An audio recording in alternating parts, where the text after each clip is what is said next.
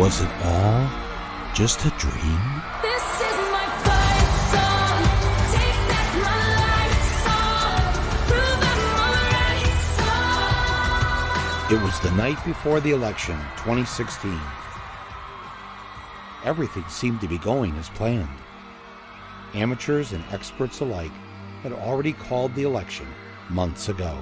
There's not going to be a President Donald Trump. That's not going to happen. Donald Trump is not going to be president of the United States.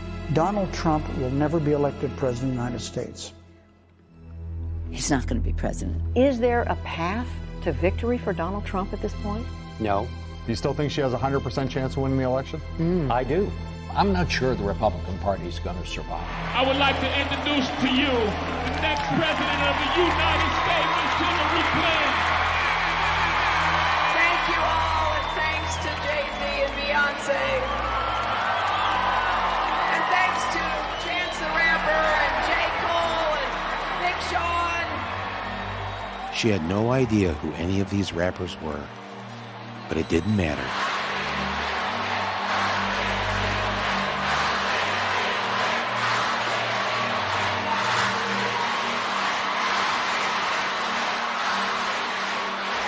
This is my fight song. The big day is finally here, and it's time to vote. A giddy nation awoke that morning to the news in the New York Times that Trump had only a 15% chance of winning. You know, growing up as a little girl, I never thought I could be president. It's becoming very real. Congrats, Hillary, our first woman president. Woo, Hillary, all the way to the White House. I waited over an hour to vote. I'm so happy. In Rochester, New York, thousands put I voted stickers on the grave of suffragist Susan B. Anthony. This is the most important election that I have ever voted in. I got to vote for a woman for president. This is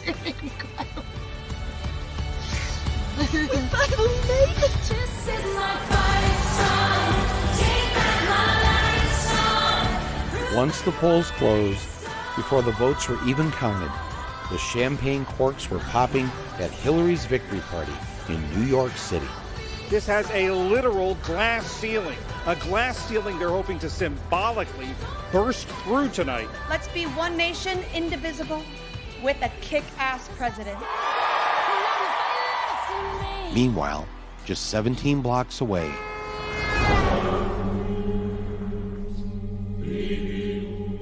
it's a decidedly small venue, perhaps the smallest one I've ever seen for an event like this. things were looking bad for the other candidate. The crowd was glum. GOP officials now fear that if Donald Trump loses by a landslide, he could take down the congressional majorities with him.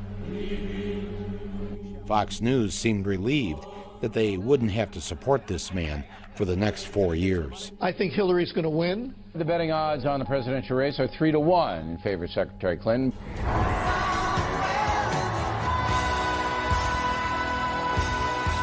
Look at all these wins we're projecting for Hillary Clinton right now. She wins New Jersey with 14 electoral votes. Mrs. Clinton is also performing strongly on the East Coast. Massachusetts, Maryland, and Illinois with 20 electoral votes. Hillary Clinton projected the winner. No huge surprises thus far. Then something strange began to happen. Big news for the first time tonight, really big news in the presidential race. We can project that Donald Trump will win the state of Ohio. Donald Trump will carry the state of North Carolina. And that is huge for Donald Trump. This is exactly what he needed to do. Donald Trump will carry the state of Florida, state of Wisconsin. He will win Wisconsin. Trump doing very well in Pennsylvania right now. The cliffhanger going on here in Michigan. 56% of the vote is in. Look at how close it is. Right now, Donald Trump is ahead. It's completely flipped now. To make matters worse, Fox News was using my name. Michael Moore, who knows white working class voters, has made movies about them, grew up in Michigan, had been saying all along to the Democrats, dismiss him at your own peril. And he said, I'm warning you, I know the people who live in my state, and I know how they think, and I know what their concerns are.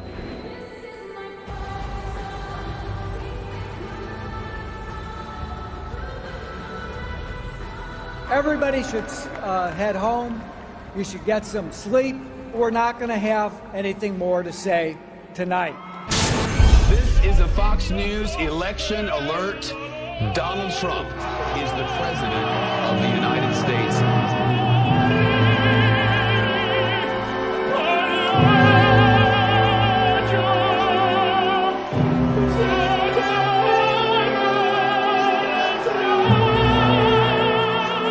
It looked like a perp walk. He had written no victory speech. Never did a group of people look as sad to win the presidency as this crowd.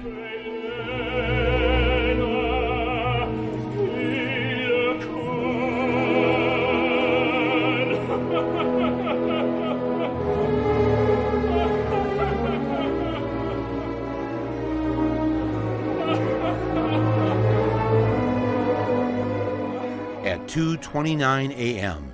on 11/9/16, our new leader's image was projected onto the Empire State Building.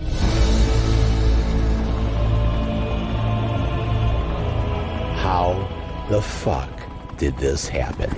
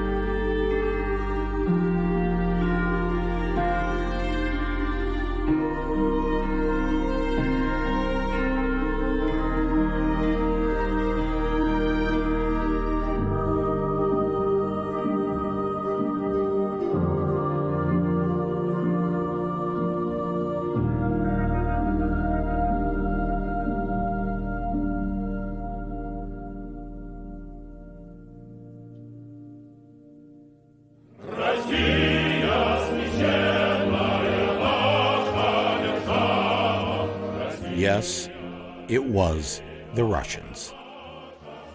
And of course, it was James Comey. What a job. But history will record that no one was more responsible for Donald Trump being in the White House than this woman. That's right, Gwen Renee Stefani. Allow me to explain. Ladies and gentlemen, my father, Donald J. Trump. What you are about to witness is a fake announcement for a run for President of the United States. This idea was cooked up by Donald Trump when he found out that NBC was paying Gwen Stefani on The Voice more than they were paying him to star on The Apprentice. He paid a bunch of extras, $50 apiece, to be his cheering supporters. He would prove to NBC that he was more popular than Gwen Stefani, and then they would give him more money. He would also show them how good he was at improv with his fake presidential announcement. And that's when things went off the rails. They sweated like dogs. I'm really rich, I'll show you that. They do a website, it cost me $3, that I got from China in a war. The sun will rise, the moon will set. He wasn't a cheerleader, he was the opposite. Even our nuclear arsenal doesn't work. I think I'm actually a very nice person. We have nothing. I just sold an apartment for $15 million to somebody from China. I learned so much just sitting at his feet, playing with blocks. They're rapists, and some probably from the Middle East. And I promise I will never be in a bicycle race, that I can tell you. We now have a gun on every table. We're ready to start shooting. The American dream is dead. NBC says it's cutting business ties with Donald Trump. Donald Trump receives a pink slip of his own, citing his derogatory statements, calling Mexican immigrants rapists, drug dealers, and criminals. His plan backfired. He was now out of a job. Though he had no real plans to run for president, his sons encouraged him to go ahead with the 2 rallies that he had booked and paid for.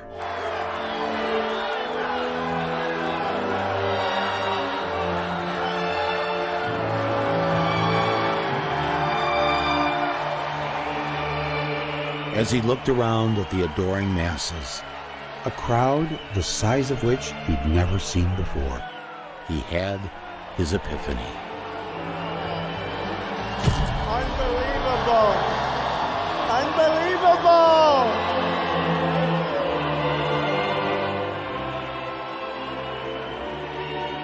Maybe running for president wasn't such a bad idea after all. In fact, it was a brilliant idea. Fuck Gwen Stefani and fuck NBC. I'm going to be king of the world.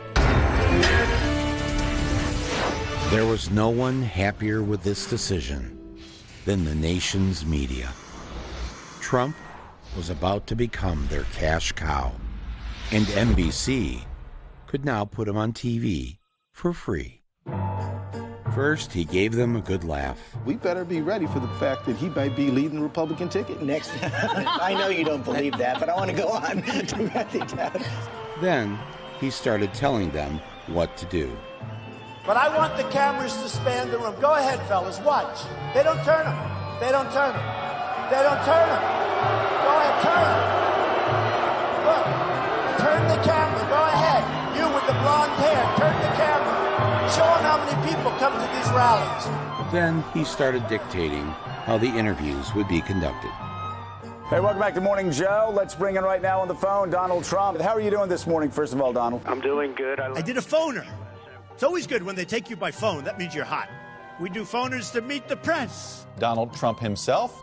Good morning, Chuck. Welcome back to Meet the Press, sir. Good morning, Chuck. I'm joined now on the phone from New York. It's so much easier, folks. You sit home. Hi, how you doing? How's everything going? And then, just for fun, he'd mess with them by keeping them waiting. Like on this day in Portland, Maine. Frontrunner Donald Trump expected to speak at a campaign rally in Portland, Maine.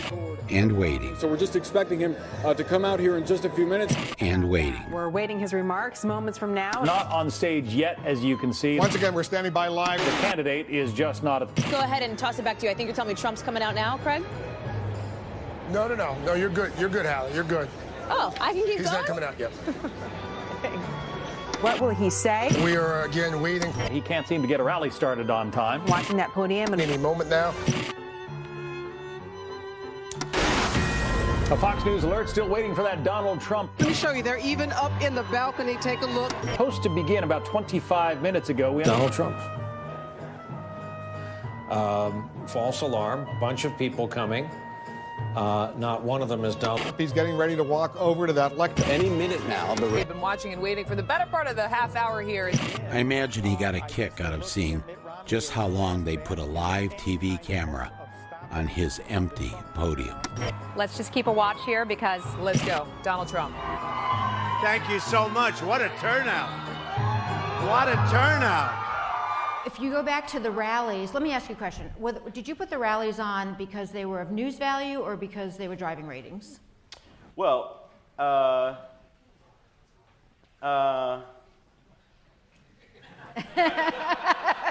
Man, who would have expected the ride we're all having right now? This is pretty amazing, and, who would have thought that this circus would come to town? But, it may not be good for America, but it's damn good for CBS. That's all I got to say. The money's rolling in, and it's amazing. That's all I can say. I've never seen anything like this, and, this is going to be a very good year for us. All of the big networks were run by men, and some of their biggest stars shared a lot in common with Donald Trump. The word judgment has been used a lot concerning your use of your personal email. Why wasn't it disqualifying if you want to be commander?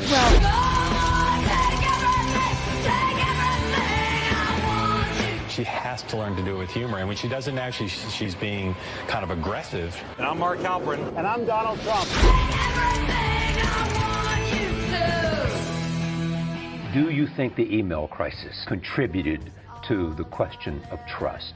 It was certainly not a choice I would do again. Okay, I want to hear you out on this. You said, I'm sorry, That's I right. made a mistake. That's it was right. the wrong thing to do. That's right.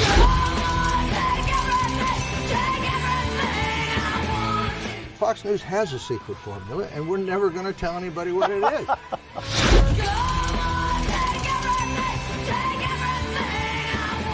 There's got to be some downside to having a woman president, right? Something.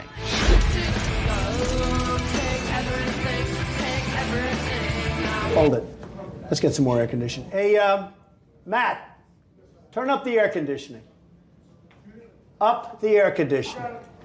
This malignant narcissist, the one on the right, has always played the media for suckers and gotten away with it. I should know. Back in 1998, Trump and I were booked together on Roseanne Barr's new talk show. He did not know that he was scheduled to appear with me. I was all set to take him down, but he wanted nothing to do with it. I saw he was getting ready to leave. Tell her. Have a good time. Excuse me, Mr. Trump?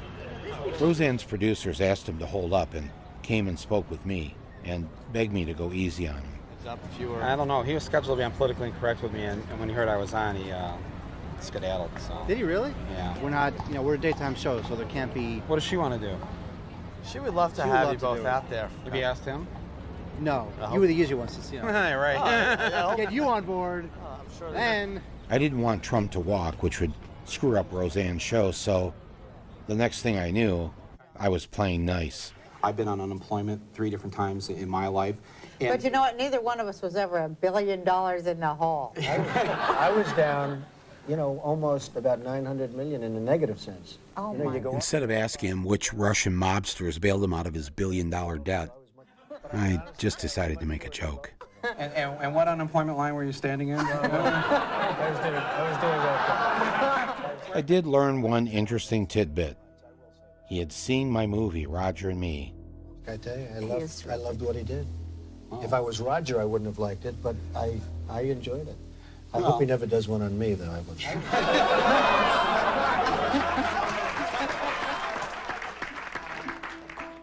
It's very interesting, Bill, because I met Michael and had dinner with Michael years ago, and I found him to be a really nice guy, great guy. I never had dinner with Donald Trump. He just made that up. And that's not the only time I've been in Trump land. Here I am giving a back rub to Jared Kushner. Back in 2007, Trump's future son-in-law was so excited about socialized medicine, he threw the opening night party for my new movie. I think Michael chooses very interesting topics, and I think he's also one of the great people of stringing together an argument. He does a great job of putting together a lot of different clippings and a lot of different information in a way that it's very easily digestible by a lot of people. And if you had to throw out a topic for his next film, what do you think that would be? Knowing Michael will be something that we're not thinking about and something that, really needs a light to be shined on it. And you want to know who else had their grubby paws in my film? This guy. Years later, I discovered that it was Steve Bannon's company that did the home video release. Michael Moore's a master of the craft. I'm just an apprentice. He has integrity. I actually admire Michael Moore as a filmmaker. I think he's a great filmmaker. I don't agree with his politics, but I think he makes great films.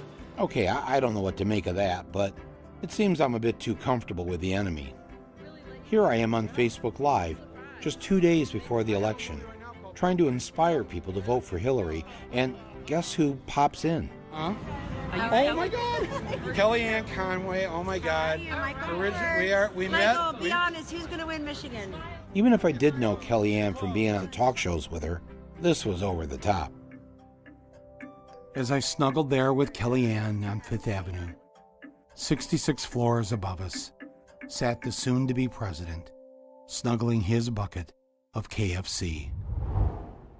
And it made me think, how well did we really know Donald Trump?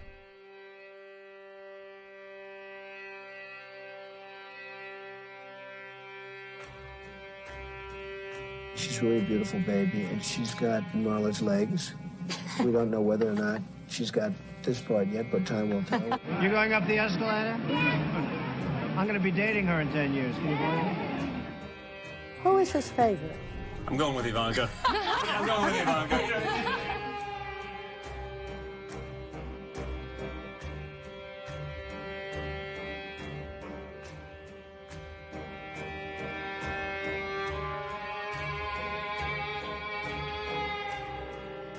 She's 6 feet tall. She's got the best body. When Ivanka Trump came on stage, it's nice to see a dad kiss his daughter. Trump responded, he kisses her every chance he gets. Did your daughter get breast implants? No, she didn't. I mean, I would know if she did. She's actually always been very voluptuous. You are special. You remind me of my daughter. I like you. I like you. And you had sex with her? Yes. He's very proud of Ivanka. He said I was beautiful like her.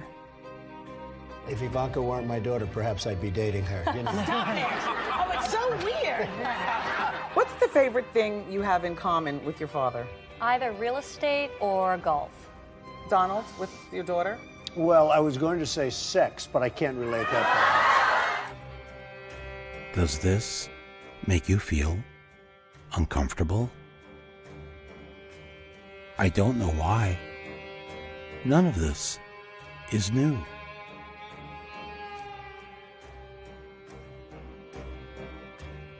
He's always committed his crimes in plain sight. We expect to be successful in court. We knew about this. Should he have ever been able to build or own another apartment building? He did this too, right? Demanding the execution of 5 innocent black teenagers. And let's all hate these people, because maybe hate is what we need if we're going to get something done. You don't know who did that crime. And we all definitely knew about this. All I want to do is see this guy's birth certificate. And yet, neither you nor I called or wrote NBC America's boss, Donald Trump, to have an admitted racist removed from the air. His racism, his misogyny. To have the owner come waltzing in when we're naked in a very physically vulnerable position. You know, I'm inspecting. Right, I want to make sure that like everything is good. You're there. Yeah, the dress. Is everyone okay? You know, they're standing there with no clothes. And so I sort of get away with things like that. All of this done out in the open, as if by doing it publicly, it was okay. No one would object. Even committing treason on worldwide TV was acceptable because he didn't hide it.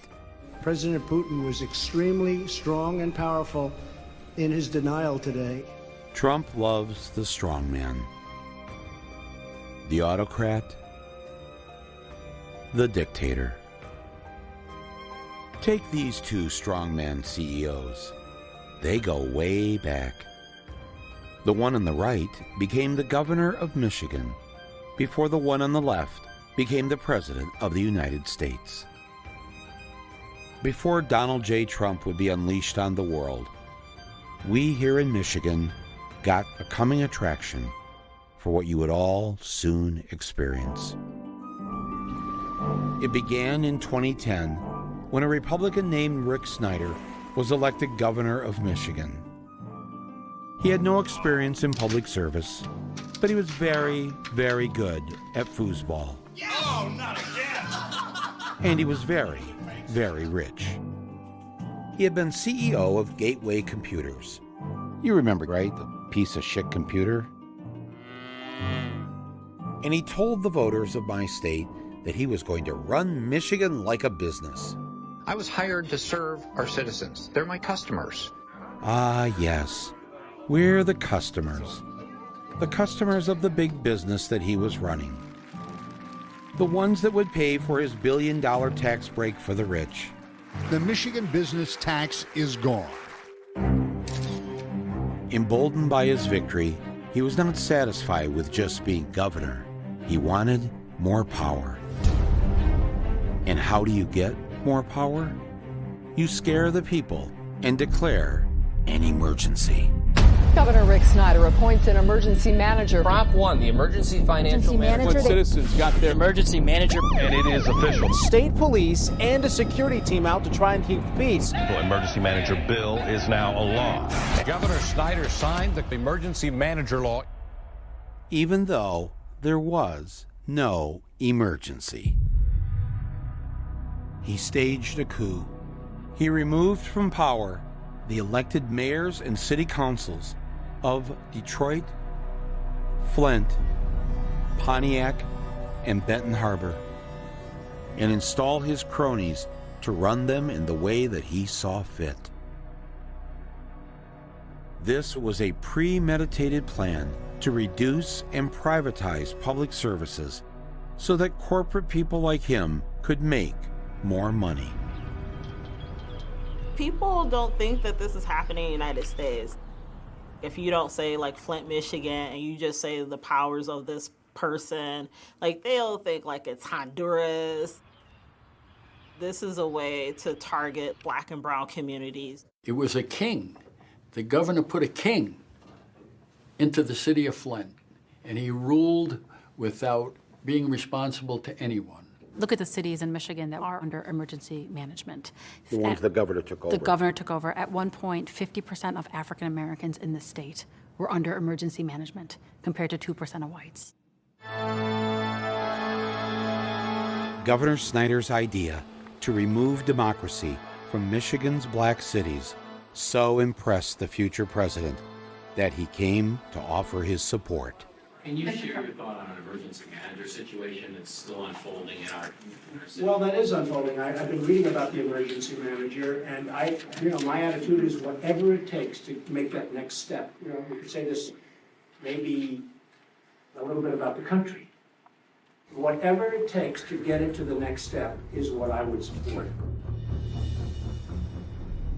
Governor Snyder wanted to flex his new autocratic powers.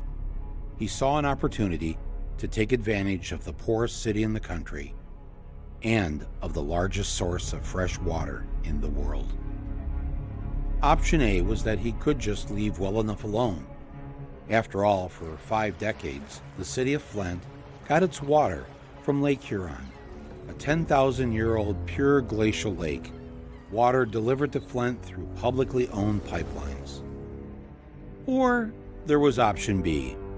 Why not build a new, completely unnecessary pipeline that would benefit investors, his major campaign donors, and banks like Wells Fargo?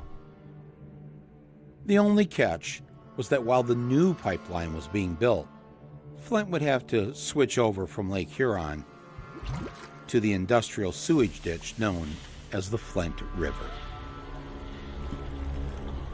We believe there was a significant financial fraud that drove this. Was it for the benefit of the local unit of government or for the individual? Individuals. At those levels? Individuals are doing it for themselves. Yes. I believe greed drove this. In April of 2014, the governor switched the city of Flint's drinking water to the Flint River. Here's the Flint. Here's the Flint. Here. Here is his team toasting each other over what would amount to, in essence, a slow-motion ethnic cleansing. 3, 2, 1. Some residents are wondering, will we see a change? No, the average resident won't notice any difference. Look down in there. Within days, the average residents noticed a difference. A big difference. That's nasty.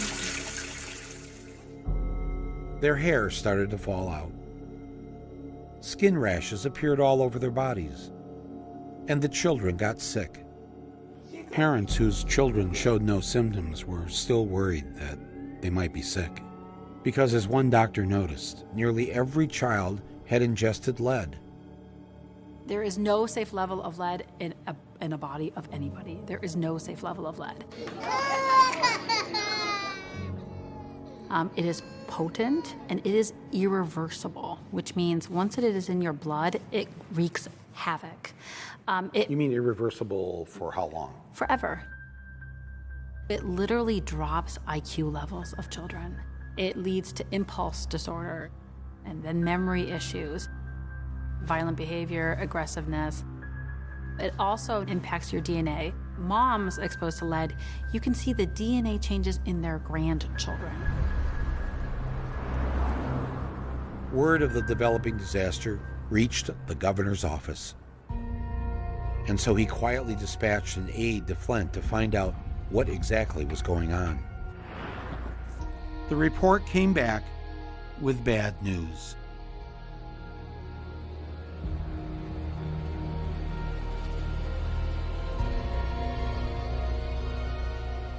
The state investigator recommended switching immediately back to the Lake Huron water. But the governor seemed to have other thoughts, like getting PR people to make the problem go away. Water that is leaving the plant is always assured to be at the top notch of quality. For the governor, there was an even greater tragedy. The Flint River water was corroding the auto parts at the General Motors factory. When the governor heard this, he blew his top. After all, General Motors had donated hundreds of thousands of dollars to the Republican Governors Association to help elect candidates like Rick Snyder. And here he was, damaging their property. For Governor Snyder, that was a bridge too far. He immediately ordered the water in Flint to be switched back to Lake Huron, but only for the General Motors factory. The people of Flint would continue to drink the poisoned water. Nobody's going to believe this, that the one GM factory that's remaining here in Flint, they got to hook back up to the fresh, clean Lake Huron water, and everybody else. And we were like, well, what's happening to our bodies? And they were like, they went back to, it's safe as meeting all federal and state guidelines. And that was like the drum. But the auto parts that had to be washed in the factory had to have the clean, pure water. Yeah. From Lake Huron. Yeah, because profit reigns supreme. We didn't own General Motors. That's why we didn't get like the clean, safe water. So, you know, Trump is looking at this whole Flint water poisoning, and he's got to be thinking, wow, the governor got away with poisoning a majority black city? What will I be able to get away with? Look at my African American over here. Look at him. Go home and get a job. Go home, get a job. Yeah, and if there's a group out there, just throw them the hell out. Knock the crap out of him, would you? Seriously. I will pay for the legal fees, I promise. No, there's a remnant. Yeah, he's right there. Hello. Uh-oh. In the good old days, they'd rip him out of that seat so fast. Build that wall. Build that wall. Build that wall. Build that wall. We are going to make America great again. I will tell you that our system is broken. You know, most of the people on this stage I've given to, just so you understand. Before 2 months ago, I was a businessman. I give to everybody. When they call, I give. And you know what? When I need something from them, 2 years later, 3 years later, I call them. They are there for me. So and that's a broken system. He was right. It is a broken system. So he decided to break it some more by eliminating all 16 Republican contenders. You're not going to be able to insult your way to the presidency. Just excuse me 1 second. Well, this guy's a joke artist, and this guy's a liar. One by one, he took down the Republican elites. Donald Trump said, quote, "Look at that face. Would anyone vote for that? Can you imagine that, the face of our next president?"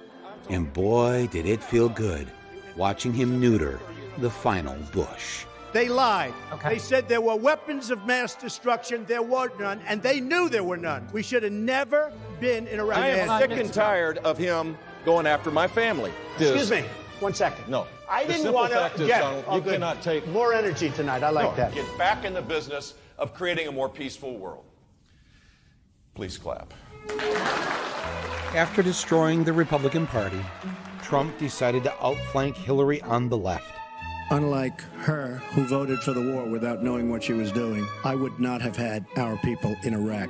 Taking one position after another that was more liberal than hers. Don't vote for a Wall Street sellout like Hillary Clinton. You made 3 speeches for Goldman Sachs. You were paid $675,000. That's what they offered. On days where she would make 1 or 2 campaign stops. Hillary Clinton attending a number of private fundraisers, building those campaign coffers. Trump was holding big rallies in important swing states. You know, it's not a good sign when your campaign is sending cardboard cutouts instead of you. Her approval ratings are still underwater, and so better to send in either surrogates who are more popular or surrogates who can sort of fly under the radar and just visit with volunteers. And make sure that your bumper sticker is just big enough so no one can see it. The American people that live outside the Beltway, that's the real America. That's the real people out there, and those are the real people who are going to go vote by the millions for Donald J. Trump. Real America sees what's going on here. What I would call the real America, which is working class. That people out here in real America think is crazy. There seems to be a misunderstanding about who the real America is. Let me share with you a fact that has never been stated in the press, or reported on the nightly news, or even spoken amongst ourselves. The United States of America is a leftist country. That's right.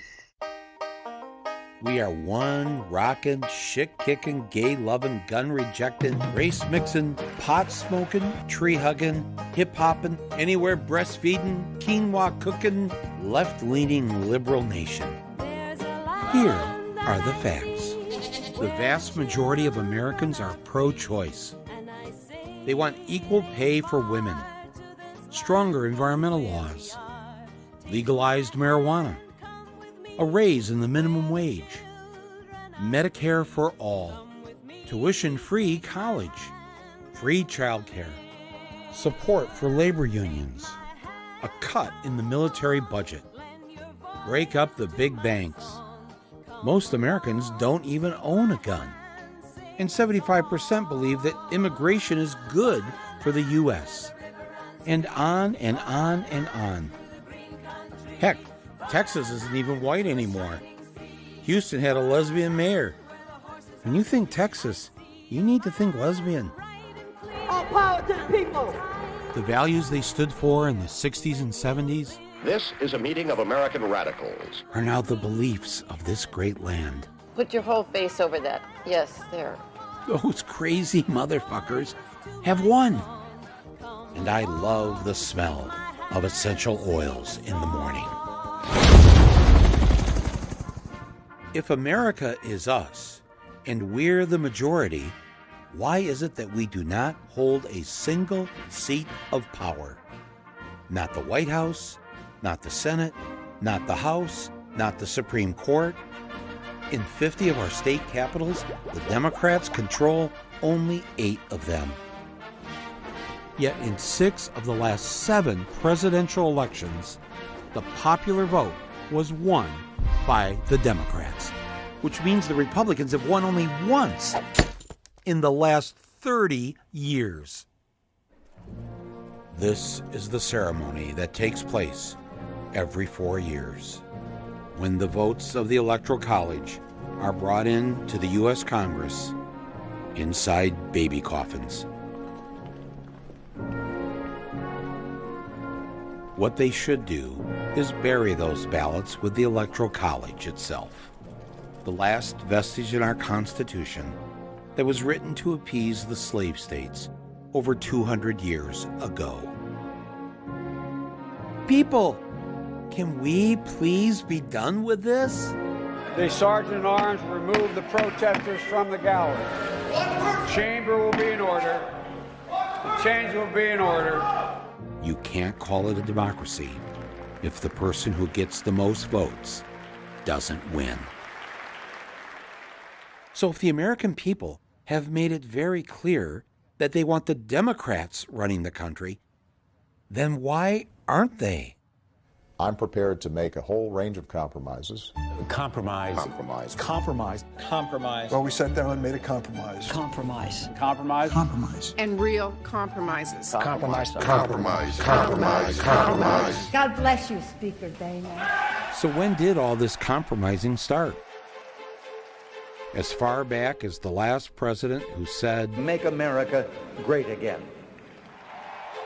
No, not him. We can make America great again. Him, Mr. Bill Clinton, the man from Hope, Arkansas.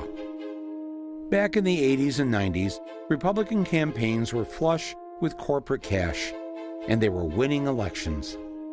The Democrats, meanwhile, saw their labor base decimated. Labor was so lost, they couldn't even come up with something to put on their picket signs. So what better way to get in on the action than to start acting like a Republican? Bill Clinton went on a tear, launching a mass incarceration of black people, deregulating the banks to let them run amok, shipping 1 million jobs to Mexico under the guise of free trade, eliminating most welfare support for the poor, and making it illegal to marry someone of your gender. That you might have started asking yourself why you should even be participating in the political process. Millions began to drop out. The 100 million non-voters of America were essentially the country's largest political party. Yet neither the Democrats nor the Republicans sought their vote.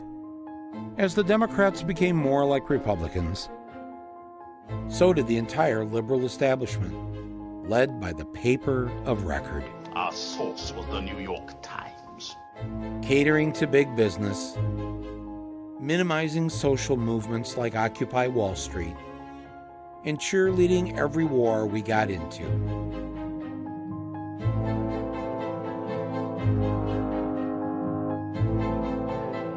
We needed to go over to that part of the world, and what they needed to see was American boys and girls going house to house, from Basra to Baghdad, basically saying, suck on this. It also tries to dictate elections. Bernie Sanders' message resonates with a certain age group, his own. That's the headline.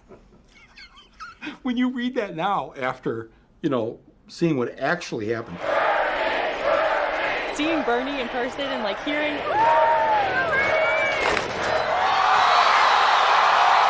The purpose of that article was to try to stop you. Michael, it was more than just that article. Look, we were a real threat to the liberal establishment.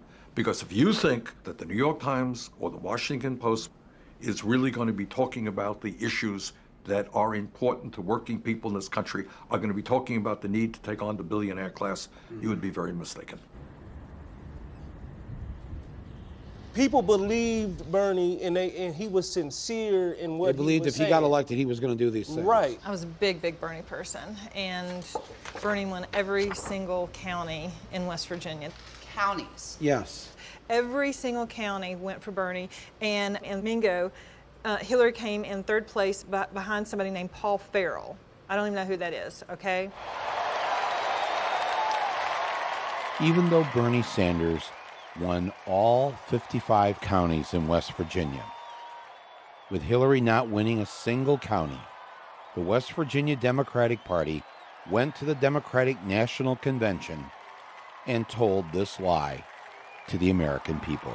West Virginia, how do you cast Madam your Secretary, 19 votes for the next president of the United States, Hillary Rodham Clinton, and 18 votes for Senator Bernie Sanders. A single lone West Virginian did her best to put her little homemade sign within the camera frame so that the American people would know the truth. The West Virginia Democratic Party decided to alter the results of the West Virginia primary by ignoring the will of the people and adding their own super delegates, i.e., party loyalists, people picked by the party hacks. Just like all the state Democratic parties did. Indiana, Hillary Rodham Clinton. Michigan, Hillary Clinton. Montana, Hillary Clinton. New Hampshire, Hillary Clinton. Rhode Island, Hillary Rodham Clinton. Vermont, Hillary Clinton. I move that the convention suspend the procedural rules, and I move that Hillary Clinton be selected as the nominee of the Democratic Party for President of the United States.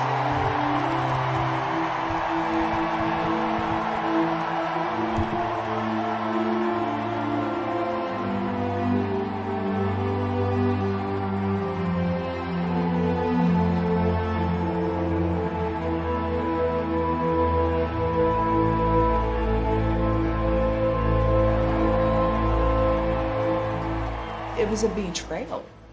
People were so disgusted with it. People left the Democratic Party. They just exited. This just tells people to stay home. I think so. Don't bother. Bingo. Yes. When the people are continually told that their vote doesn't count, that it doesn't matter, and they end up believing that, the loss of faith in our democracy becomes our death knell.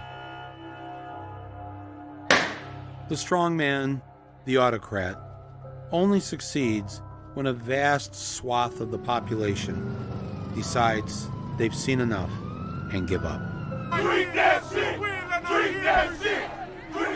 But as the people of Flint protested, the governor and his spokespeople kept lying about the water. This is certainly a situation that deserves attention. I do not think that it rises to the level of a statewide emergency. Why not? There's just we are here with the resources necessary to address the situation without that declaration. Anyone who is concerned about lead in the drinking water in Flint can relax. There is no broad problem right now that we've seen with lead in the drinking water in Flint. Let's get the facts. Let's keep working this, and let's remember, water isn't the only source of lead, and so we need to make sure we're encouraging people to look at other places that could create a threat. I actually started working for the health department November of 2015. This is April Cook Hawkins. She was asked to participate in the cover-up. I was the case manager here in Flint, Michigan. All of the results in regards to the blood levels, I inputted those numbers and made sure all of those numbers were correct. And while doing so, she discovered that the government officials had cooked the books. My supervisor asked if I would go in and help them out with the numbers and not show certain things. If someone came in and they test high, the health department didn't want that number to be shown. She began secretly making printouts of the falsified records and was afraid to show them to anyone until she brought them to me. Is this an actual document that you kept as a piece of evidence? Yes. The normal number is 3.5, and anything over 3.5 is considered a high lead level. 6, 6, 5, 6, 5, 5, 6, 7, 10, 6, 8, 6, 6, 14. Not a single number that says 3.5 or lower. No. That means every child on this sheet of paper has an elevated level of lead. Yeah. And I said, so let's just call the parents and retest. And they said, no, we can't do that. Just put them in as a 3.5 then. And so the parents aren't able to start taking immediate action to help the child that's been lead poisoned. They think their child is fine. And they, My child tested low. You knew these parents were getting letters that were not telling the truth. Correct. Just put them in as a 3.5 then. And you said? I said, no, I couldn't do it. And that's when things kind of hit the fan for me. Somebody told somebody to do this, to cover up what the state was really up to. Yes.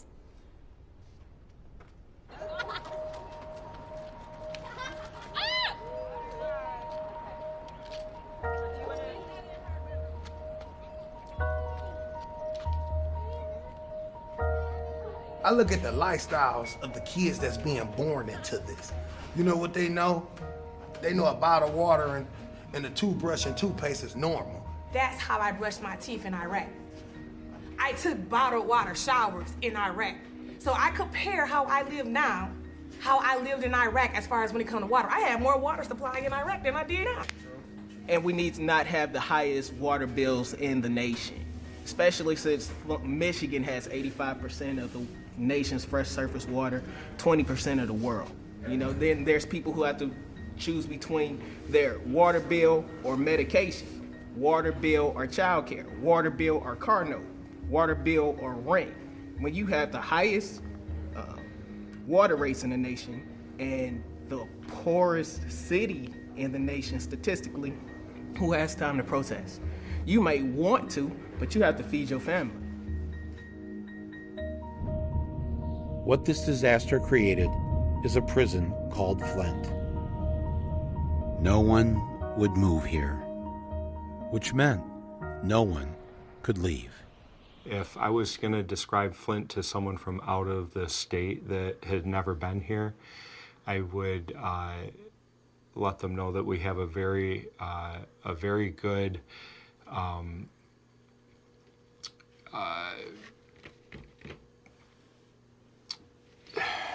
So that is usually the most common question. People say, why don't you just move? Would you buy my house for what I owe on it? Unfortunately, this water crisis could be almost the final nail in the coffin for Flint. And then people started dying of Legionnaire's disease.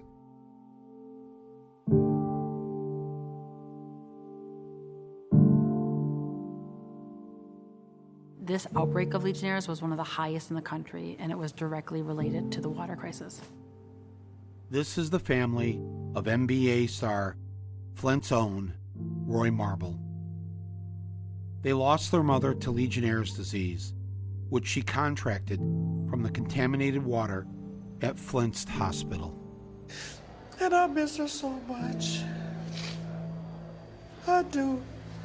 And I wish to this day I would have just taken my mom to Ann Arbor. I wish I would have. I wish I would have. And they knew what was going on. That's the sad part about it. They knew what was going on.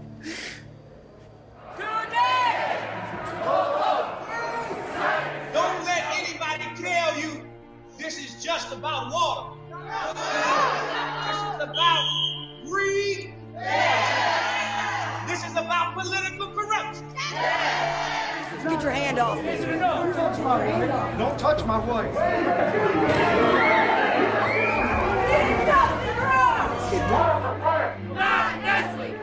What's your emergency? We had a group of protesters. Do you see any weapons? Medical mortars here.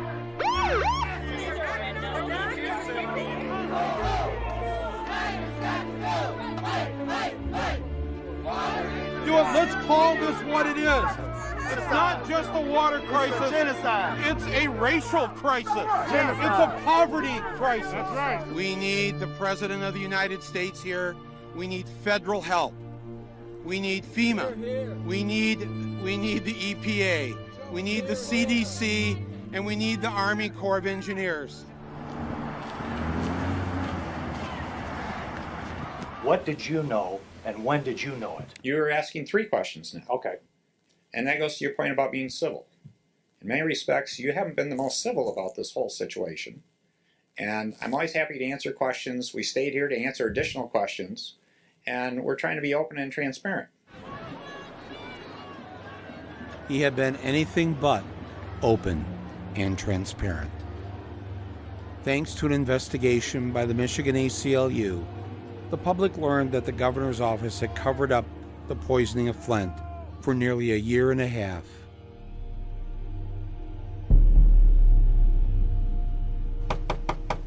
We've been to homes like Saturday and one today where the windows, there's holes in the windows, and there's little, like, young children. They've got like a little blanket around them, and many of them have fallen on hard times.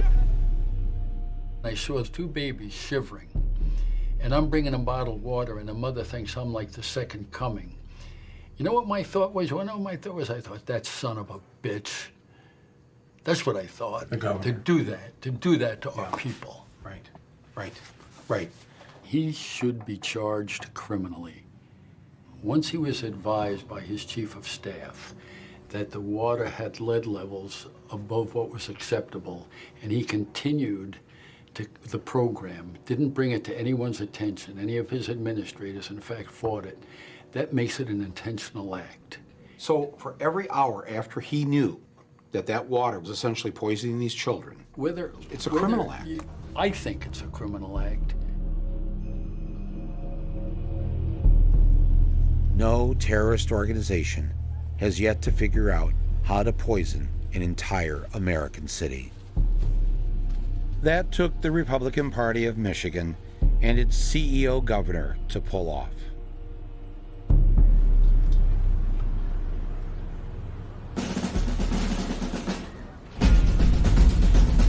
I decided to go and make a citizen's arrest. Here at the governor's office. Okay, just hold on a minute. All right. We'll get something out. All right. Yeah, I know.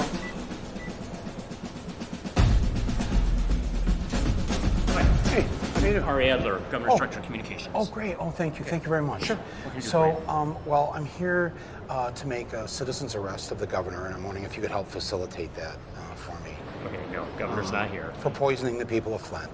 Well, knowingly poisoning the people of Flint. there were mistakes made. There was a water crisis in Flint.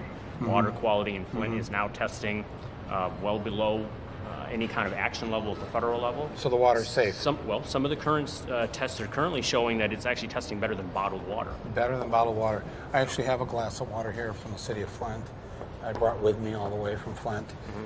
If it is great water, would you mind drinking it right now? I'm not going to just drink a glass of water that I don't know where it came from. I just told you it came from Flint. If you'd like information or you don't. I can do to You think advise this water's to still help you. poisoned? I do not think that at all.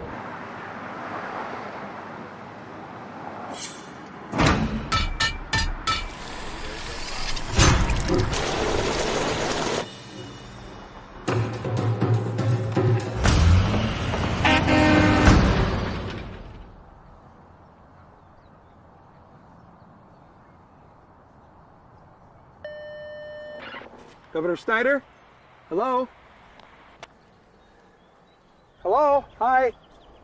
It's Michael Moore. Are you home? He's not coming out. All right. Let's hose him down.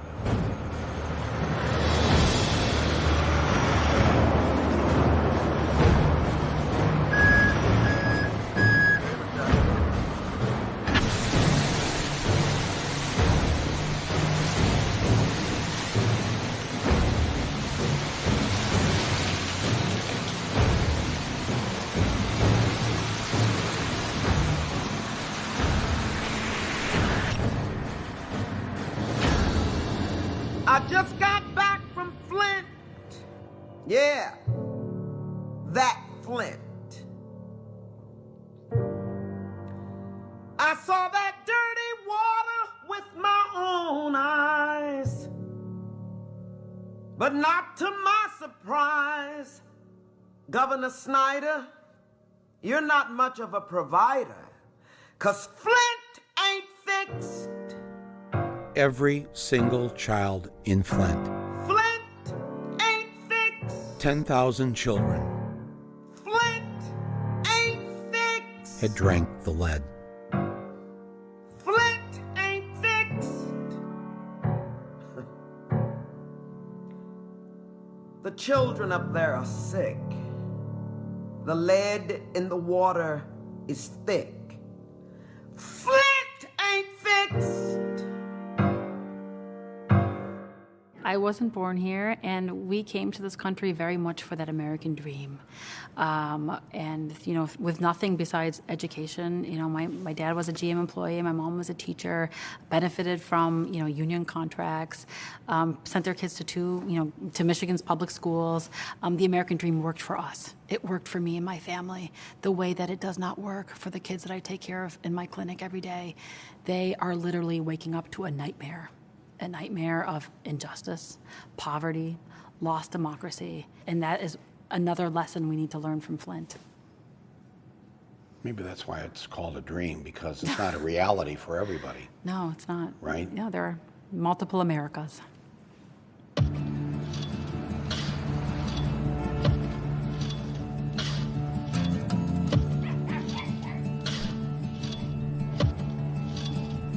You decided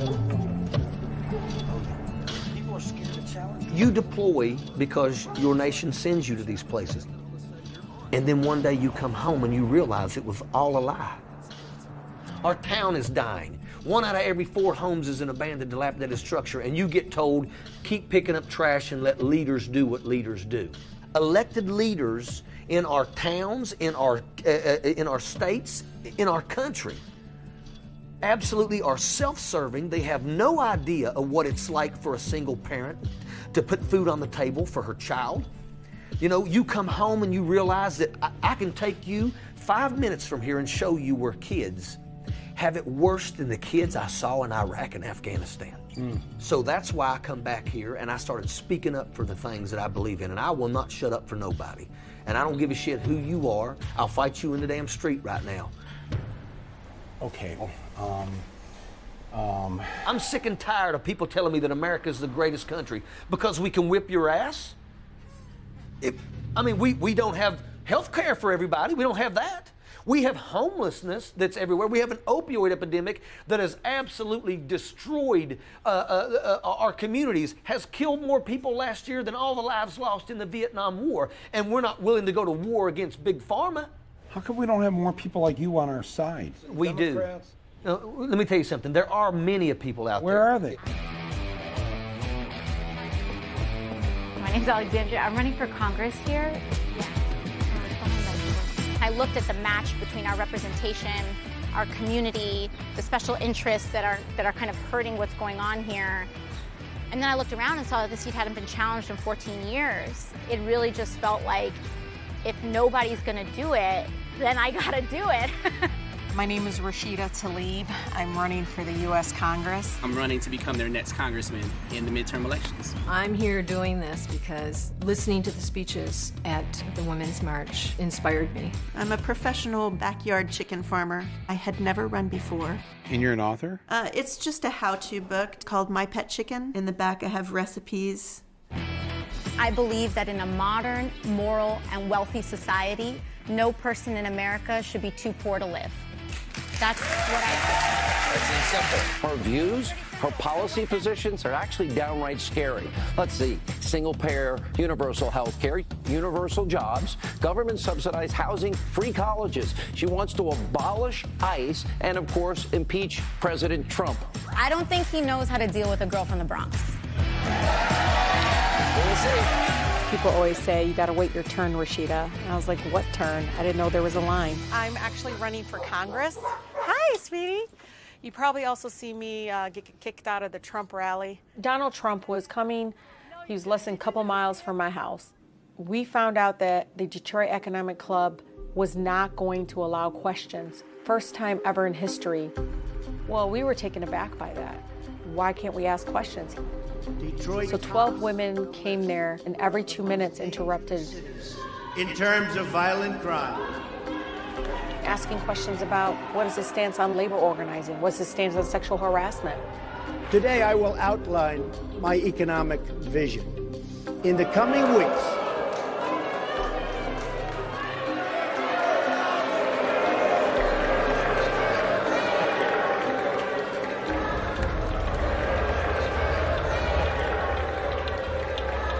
my campaign is about reaching out to everyone as Americans and returning to a government that puts the American people first.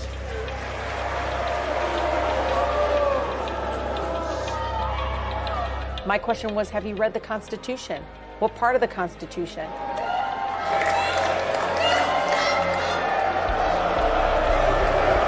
That was the most American thing I could have done.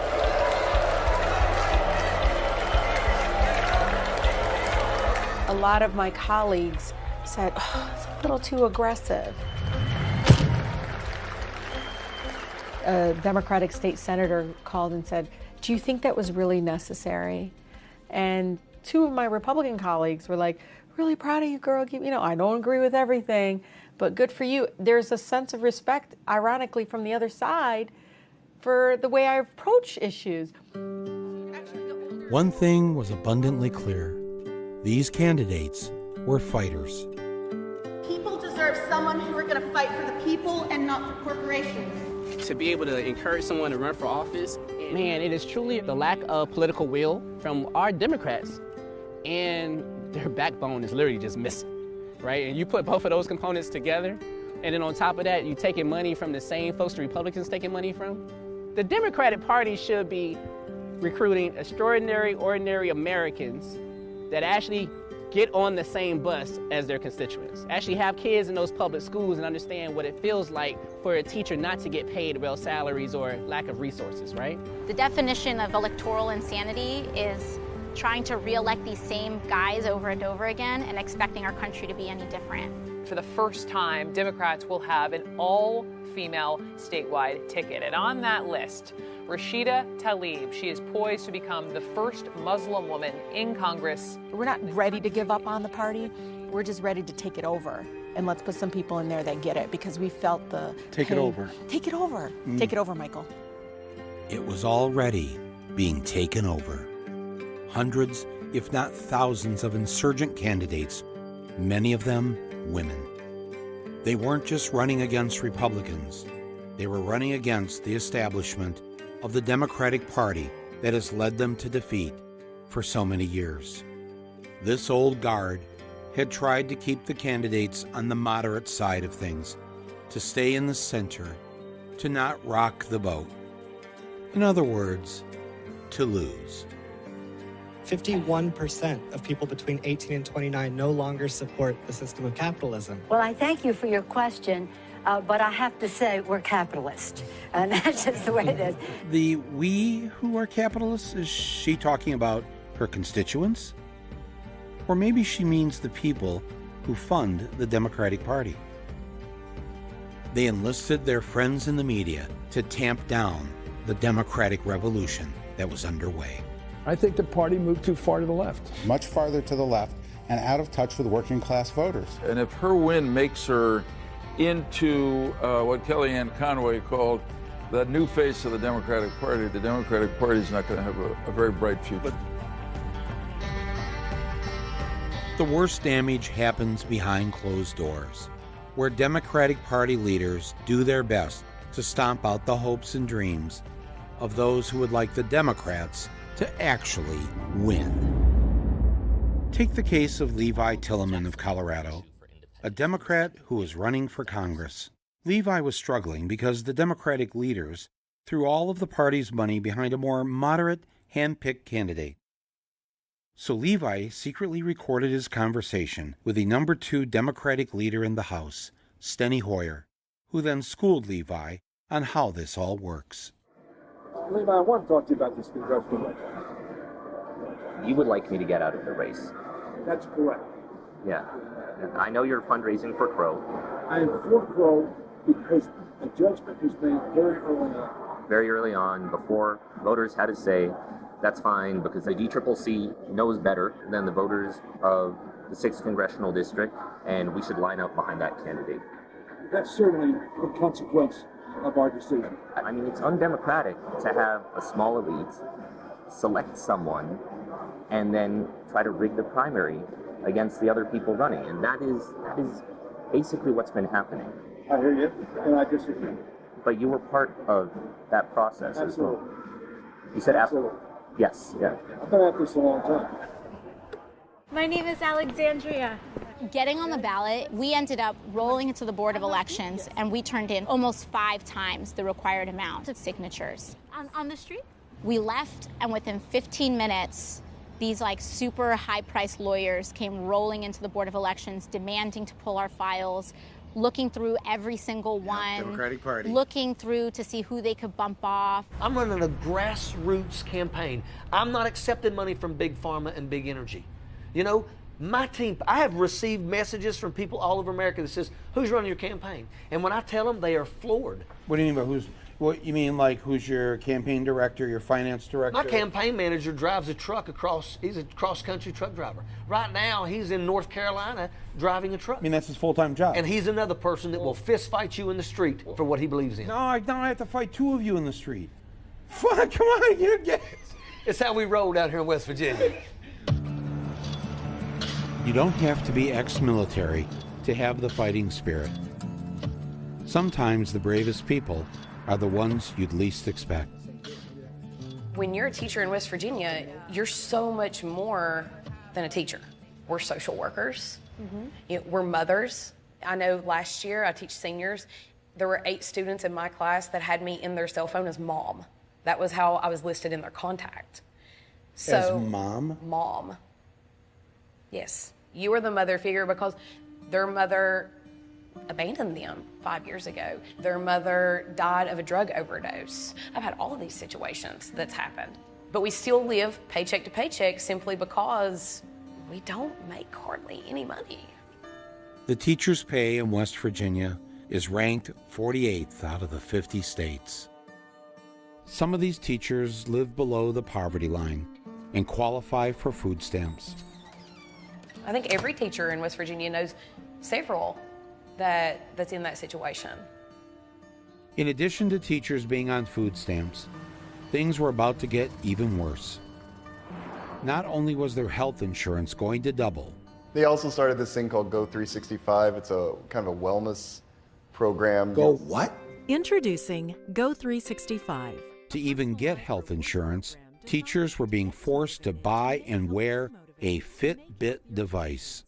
The Fitbit would track all their physical activity all the time. And if you don't register enough steps into the online database, Then you pay a $500 penalty at the end of the year. You know how weird this sounds? Like how darkly strange and wrong? Yes. Yes. And who was behind this tracking the teacher's idea? A man named Justice. Governor Jim Justice. Nobody loves education more than me. Nobody loves our teachers more than me. Tonight in Pineville, a meeting was held to discuss changes to the Public Employees Insurance Agency. If the Fitbits could measure pissed off West Virginian teachers, they'd be lighting up right about now. But the leaders of the teachers union weren't much help. They discouraged a statewide strike. Our union reps, they've told us about all the risks. We could lose our job, we could lose our seniority, we could lose a day's pay, we could lose all these things. I just said, guys, listen, the eyes of West Virginia are on us right now. If we can just have the courage to step out, other counties will follow. This was the chilly scene outside Point Harmony Elementary Friday morning. Upwards of 50 teachers lining the sidewalk, all on a mission. The teachers decided on their own to go out on strike and do it by themselves, one school district at a time. All of Mingo County is on the courthouse steps. People are chanting, we're Facebook live streaming that, and other counties are commenting on there and saying, I wish I was there. It escalated really quickly. So 4 go out, then 7 go out, and then 55 of 55 counties. The strike will go on in all of them tomorrow. It is unlawful to have a work stoppage. The teachers were warned the strike is illegal. They face anything from being fined, being fired, to going to jail. But for them, it was worth risking jail to get what they wanted: a 5% raise and health insurance without Fitbits. The teachers weren't alone, because the bus drivers and other school staff were part of the same strike. Except there was one problem. Over half the school children in West Virginia got their breakfast and their lunch at school. So the teachers decided to prepare food for the students during the strike. The group not only packed the bags, but also hand-delivered them to each student's home. Oh, my stars. Make no mistake about it, they want the voice of the working class citizens to be gone. If you are not a member of a labor union, you better become one. If you noticed, many days they had red bandanas wrapped around their necks, and they're proud of that. The bandanas have a special meaning going back to the 1920s, when tens of thousands of coal miners went on strike, wearing red bandanas around their necks to identify themselves as pro-union, and thus popularizing the term redneck. And you might think it might be a derogatory term, but where we're from, that is a term of pride. That says we will not back down. The labor unions across this country needs to take up the red bandana and needs to put them around their necks and say we are tired of being overlooked, mistreated, underpaid, overworked, understaffed. We're tired of it. Public schools in West Virginia will remain closed today. The third day of a statewide strike by teachers and other school employees will be closed tomorrow for a 4th day. Already lasted 5 days. Like true rednecks, the teachers stood firm. Those people in that Capitol right now wouldn't be here if it wasn't for them teachers. But the union leaders reached a compromise with the state. We believe the best course of action at this time is to return to school tomorrow. The union leadership had sold out. They got the teachers less than what they wanted and left the bus drivers and the lunch ladies out in the rain. It's a Band-Aid on a shotgun wound. The teachers rejected this and insisted that the bus drivers got the same raise that they wanted. They continued to stay out on strike.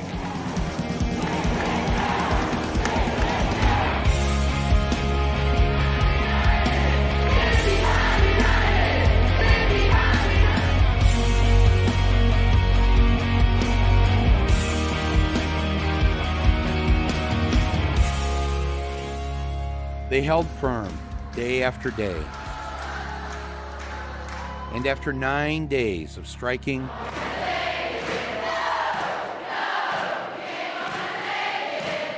and singing Twisted Sister, the teachers finally won the raise they were fighting for. Not just for themselves, but the same raise for the bus drivers, the lunch ladies, and everyone else. Oh, and the Fitbits? They were finito. The moment we won, we celebrated for like 5 minutes, and then we put the rest of the nation on notice. And it's starting to spread all over Kentucky. Arizona, North Carolina. Oklahoma is pissed off. Now on Monday, teachers right here in Colorado will join in the walkouts.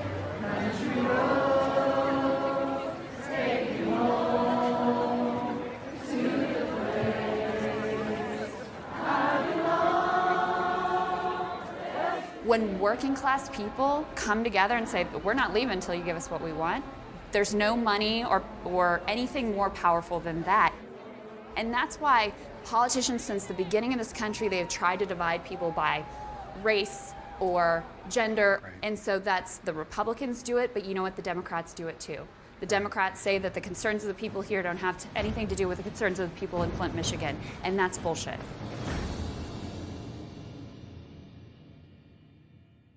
Alright, so here's the plan. I'm gonna go take an Uber in the afternoon before 2:40. From there, I'll go into school campus, load my bags, and get my AR-15 and a couple tracer rounds. Wait, and people will die. Location is Stone Douglas in Parkland, Florida.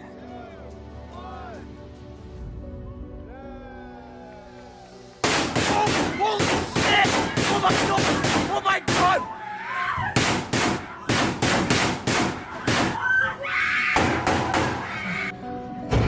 Oh my god!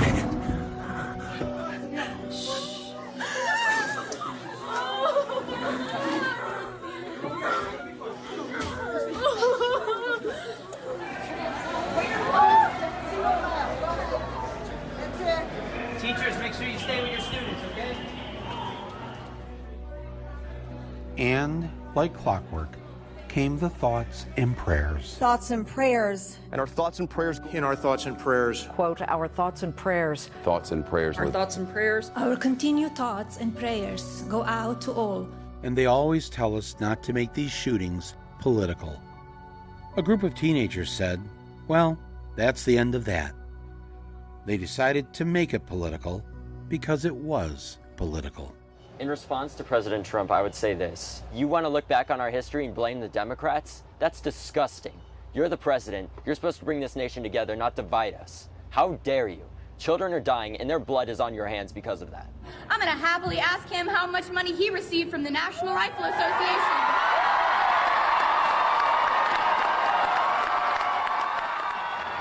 It doesn't matter because I already know. $30 million! And divided by the number of gunshot victims in the United States in the 1.5 months in 2018 alone, that comes out to being $5,800. Is that how much these people are worth to you, Trump? They say that tougher gun laws do not decrease gun violence. We call BS! They say a good guy with a gun stops a bad guy with a gun. We call BS! They say that us kids don't know what we're talking about, that we're too young to understand how the government works. We call BS! To all of the generations before us, we sincerely accept your apology. And we appreciate that you are willing to let us rebuild the world that you fucked up. These fearless kids are on fire, and the fire was spreading. 1 month after the shooting, there was a National Student Walkout Day. But this middle school principal didn't want to let the kids off campus. Basically just all ran out. I'm not sure if they're letting us organize.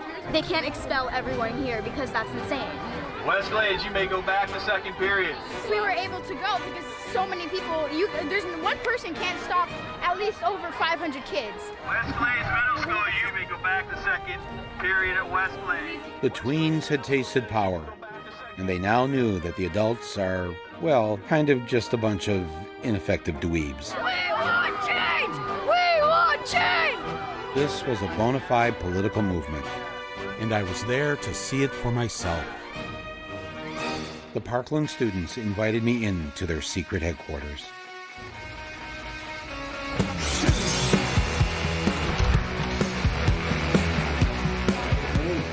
I think it's just insane to think that within a month of this happening, the pace that we've gone at, we have an international NGO that we're running out of an office space in the same city now. 22 students. Being run by 23 walking hormones with probably a lot of ADD in between. I don't know if it was the hormones or the ADD, but the international march they were organizing was taking off. What's up to? It's at 820. Yesterday it was at like 760 something. That's like several more marches in a day. Did you just say 830 marches? My generation, the generation after me, maybe we did one thing right. We raised you. On the contrary, social media raised us. Yes. My phone. And like you see it like communicating with other young people Yeah. about what the real truth is. Yeah, exactly.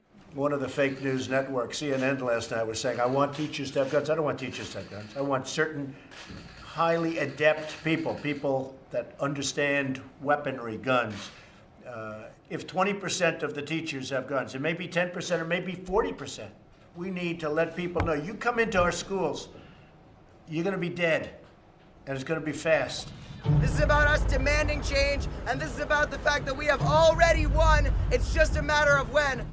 Thrust into instant activism, the students went to the place where change is supposed to happen. The state capitol building in Tallahassee, one of the few places in Florida where you're safe from guns. He didn't even reach 18 years old yet. He was a boy who got shot in the head because of your law saying that an 18-year-old boy can carry a military-aid weapon to kill. The students were impeccably prepared. Some of the legislators, not so much. You can shoot as many bullets with a handgun as you can with these rifles. But civilians with such high-capacity magazines, do you support that? When you say high-capacity magazines, that's the number of bullets. Yeah, I've heard different positions on that. All we want is an answer as to how are we going to fix this and continue our life, not living in fear.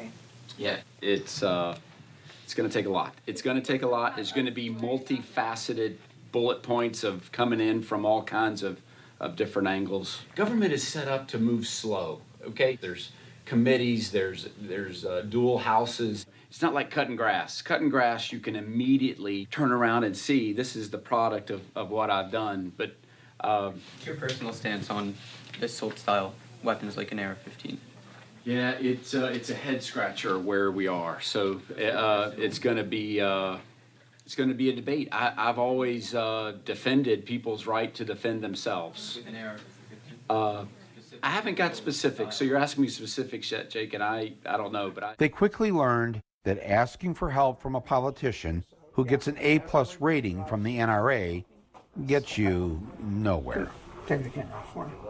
You need to challenge them directly. Senator Rubio, can you tell me right now that you will not accept a single donation from the NRA in the future?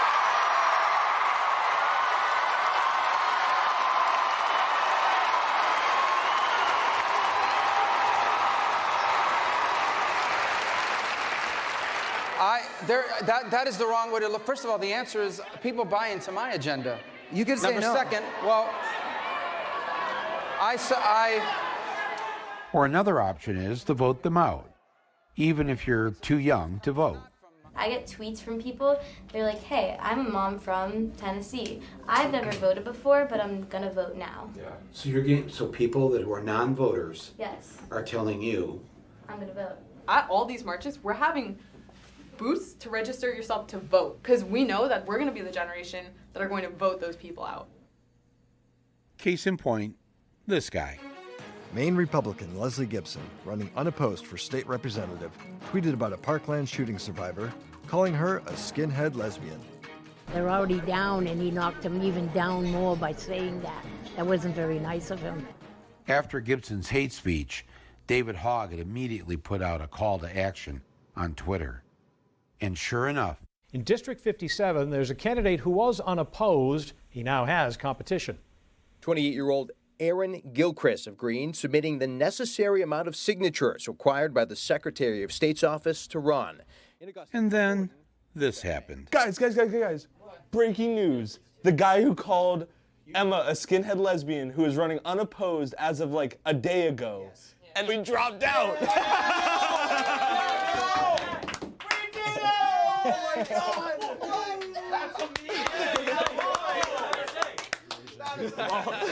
She had just met the deadline at 5 o'clock in Maine yesterday to run against this asshole. I just can't believe that it was a day. It was literally a day. Literally. Both Emma and I failed 2 psych tests today. Oh no. But it's fine. We're changing the world. Like, in hindsight, I'm not going to care about that. What I'm going to remember about this day is getting that woman in Maine, like, pretty much in office. Yeah, not your psych test. Yeah. Another memorable day was this one. Welcome to the revolution. Teenagers organized this all by themselves. No adults were allowed on stage to speak. And with over 700 marches underway in American cities and another 100 globally, it was the largest single day of protest in the history of our nation's capital. Raleigh, North Carolina, Tampa, Florida, Central Los Angeles, all echoing the same message.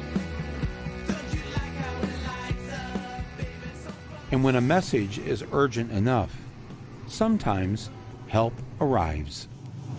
City of Flint, USA, May 5th, 2016. POTUS has arrived. The people of Flint had one last beacon of hope. We were all invited to this big thing where the President Obama was going to speak to us about the problem. Oh my gosh, this is so cool! Oh yes! Oh yes! It's finally here. We've been waiting. Once he can make a conscious decision to push this with urgency. While President Obama was on his way to the event, Governor Snyder thought he'd take to the stage and warm up the crowd.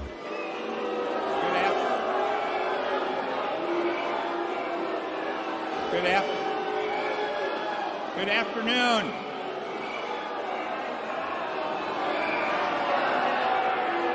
Good afternoon. I understand why you're angry and frustrated. Not like we do. I want to come here today to apologize. It's too late. It's too late. It's too late. We already sick. We have a short-term water crisis that needs to be repaired.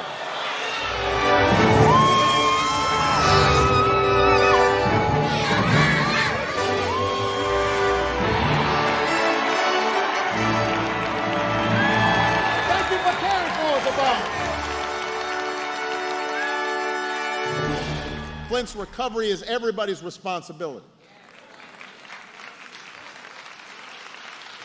And I'm going to make sure that responsibility is met. That's why I'm here. To tell you directly that I see you and I hear you.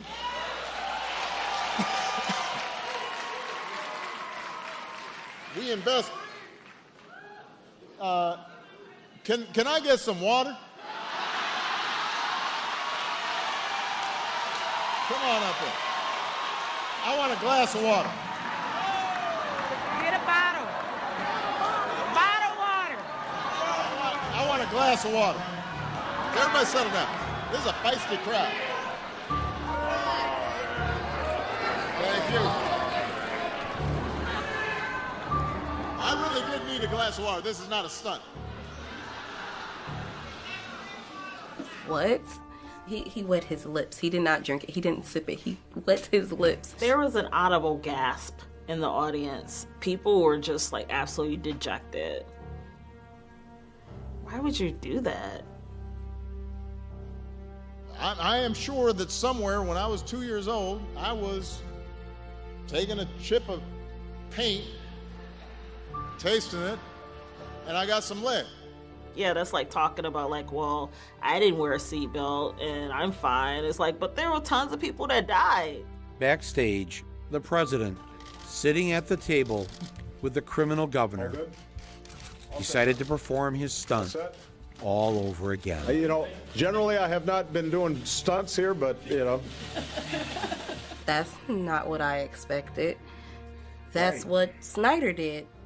It felt like he minimized like what people were actually going through and struggling with. If you were actually lead poisoned, you would not be president, you would be janitor Barack Obama. We were holding on to hope that he would declare a disaster area. A disaster would give us FEMA, it would give us pipe replacement, get engineers in here. Then we could get Medicare for all the residents of Flint. As soon as he took a drink of the water and said everything's fine, that was that. And look at it, years later, it's still poison. When he came here, he was my president, but when he left, he was not my president. I would again go back to the president's visit last week. He reinforced the message that filtered water has been determined to be safe for people to drink. This, again, was our hero, and we thought he was going to come here and help us. But they do have a mural of him, and you ride past it now, and his head is busted out. It was devastating, and it depressed the vote. And I know people that stayed home and just said to hell with all of them. I don't know. I just don't. I don't know. But I don't know why. I don't know why anybody would have advised him to do that, and I don't know why he would do it. And to the average person, then the Democrats don't look like the people who are going to come to the rescue. Right.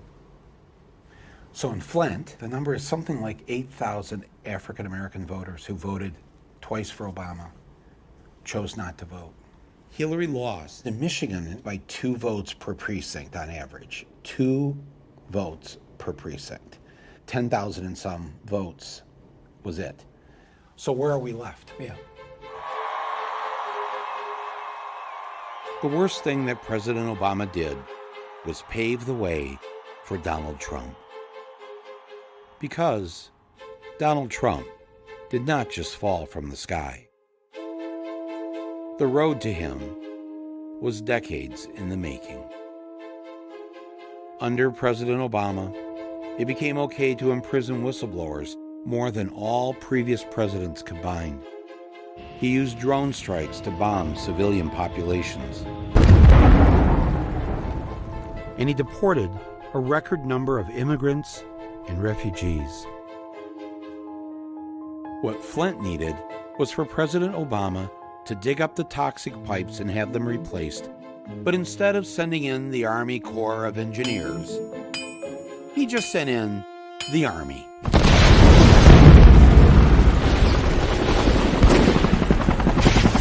Those are not normal in Flint. It's going down like a motherfucker. Wow, where is it? Oh, shit. Oh my God, there's another one. What is that? Why are they so low?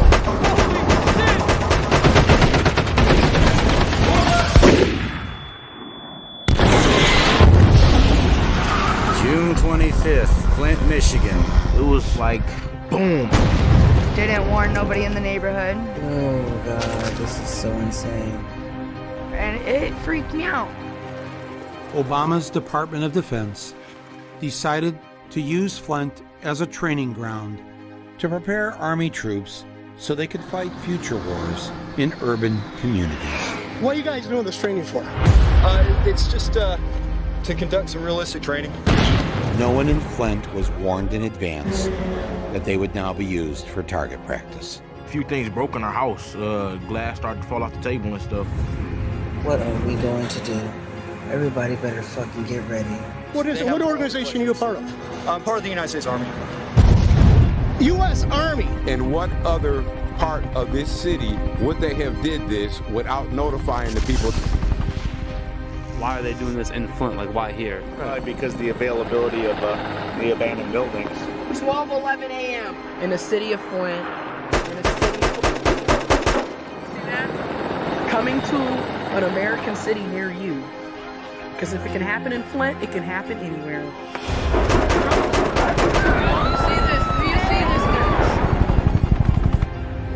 If you are from Flint, you have a whole different definition of terrorism.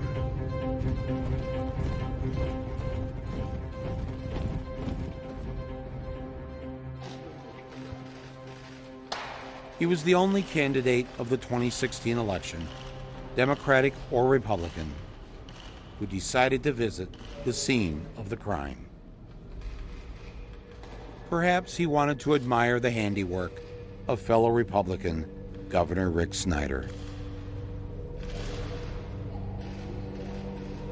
Somebody once asked Donald Trump, how do you handle being at the center of all of this media attention, the whirlwind around you? How do you weather the storm? And he looked up and he said, I am the storm. I am the storm.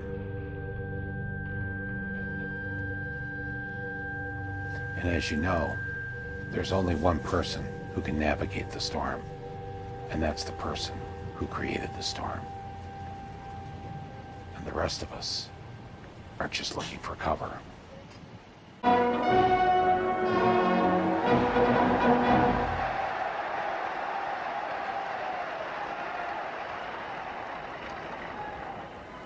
Thank you very much. You folks are in here. Place is packed. There are lines that go back 6 blocks. There is such love in this country for everything we stand for. You saw that on Election Day. And you're going to see it more and more. So we're all part of this very historic movement, a movement the likes of which, actually, the world has never seen before. Often the move is to say, you're making a comparison to Hitler. It's not a perfect comparison, and therefore, let's throw all of history out. Whereas what I would say is, of course, the comparison's not perfect. No comparison's ever perfect. History doesn't repeat. But history is this huge resource of patterns. It's this huge resource of structures. It's a way to try to get your bearings in a moment like the present one where we're not really sure what's going on. They were one of the greatest liberal democracies in the world. They were the first country to have universal health care for all citizens. They not only invented the printing press, they read more books than any other country, and it was not unusual for each of their cities to have a dozen daily newspapers, a robust free press. And they made the best movies.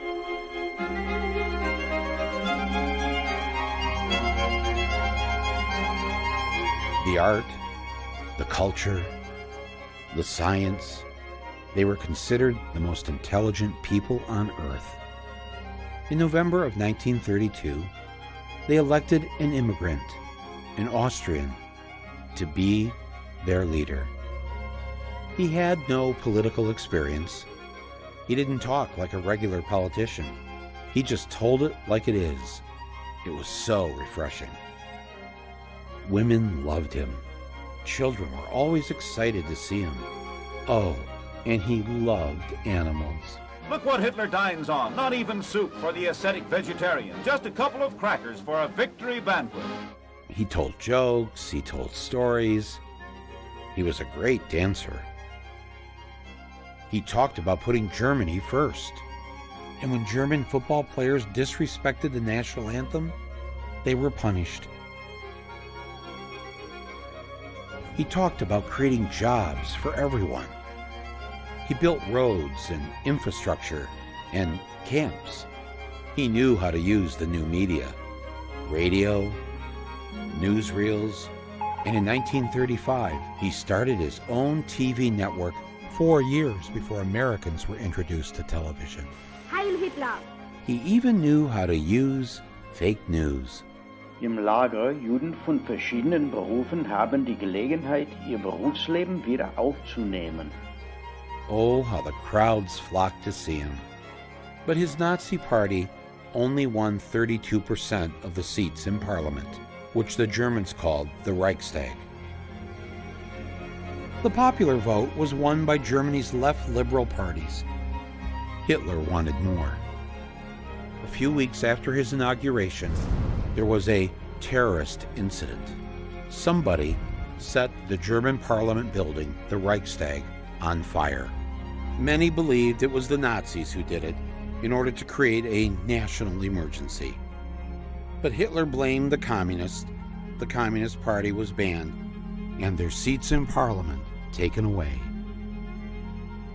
The liberals were vanquished, and the public supported Adolf Hitler, taking complete control.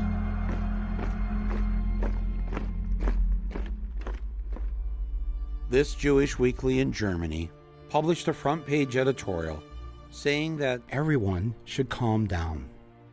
Now that the Nazis are in power, we don't believe that Herr Hitler and his friends will do all the things that they promised. They won't suddenly take away the constitutional rights of German Jews. They won't lock us up in race ghettos or unleash the murderous mobs on us. They can't do these things because the Constitution won't let them. Back in the U.S., the New York Times agreed. They reassured the American people that things would not be that bad. They even wrote flattering articles and said that Hitler's anti-Semitism was not so genuine or violent as it sounded, and he was merely using anti-Semitism as a bait to catch followers. When you track how people first reacted to Hitler and Mussolini, they said, oh, he's just insane. Or the classic thing is that the elite party, in this case, the GOP, we're going to invite him into power, and then we're going to control him. How am I doing? Am I doing okay? I'm president. Hey, I'm president. Can you believe it, right? Over and over in history, what has happened is that these people get invited in, they get legitimized, and then they take over the show. There is no Republican Party. There's a Trump party. At 12:05 p.m. on January 20th, 2017, just minutes after being sworn in as president, so help me God, Trump filed the paperwork for the Trump 2020 re-election campaign. Within days, he went right back to holding rallies. Keep America great! Exclamation point. And campaigning for an 8-year presidency. Unless they give me an extension for the presidency. These are what I call trial balloons. You throw out an idea that previously was unthinkable. 4 years, 8 years, or as you know, FDR, in one case, 16 years. Should we go back to 16 years? Should we do that? Congressman, can we have that extended? Unthinkable in democracy or unthinkable for human rights reasons. She is a great gentleman. He's now president for life. President for life. No, he's great. Hey, look, he was able to do that. I think it's great. Maybe we'll have to give that a shot someday. They float these ideas, they get them out there, and then the press does its job for him. President Trump offering his congratulations to Turkey's President Erdogan for winning a referendum that grants him sweeping new powers. Picks them up, amplifies them, circulates, and then it becomes a thing. You know, the last time I jokingly said that, 16 years, the papers started saying, he's got despotic tendencies. Now, I'm not looking to do it. Unless you want to do it, that's okay. And it becomes part of the discourse.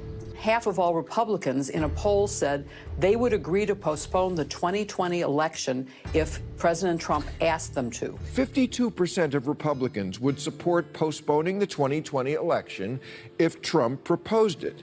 And he hasn't even proposed it. People do think, well, we have this democracy, we've had it for over 200 years, it's not going anywhere. But it's so bogus. That's just not true, Michael. We've had a democracy since circa 1970. I mean, if black people can't vote, it's not really democracy. If women can't vote, it's not really democracy. Democracy, I mean, I love the fact that I live in a country which is more democratic than others. But I will say that democracy in America is an aspiration. It's somewhere we've got to get. I mean, when only half the population is voting, when there's unlimited money in politics, we're not there yet. Over 1 million new jobs, companies investing billions in America, stock market reaching all-time record highs, our country strong again. Never in American history has a president kept more of his promises in his first 2 years in office. Not the promises he made to the voters, but the promises he made to his fellow billionaires in the ruling class. A record tax cut for the rich, passed.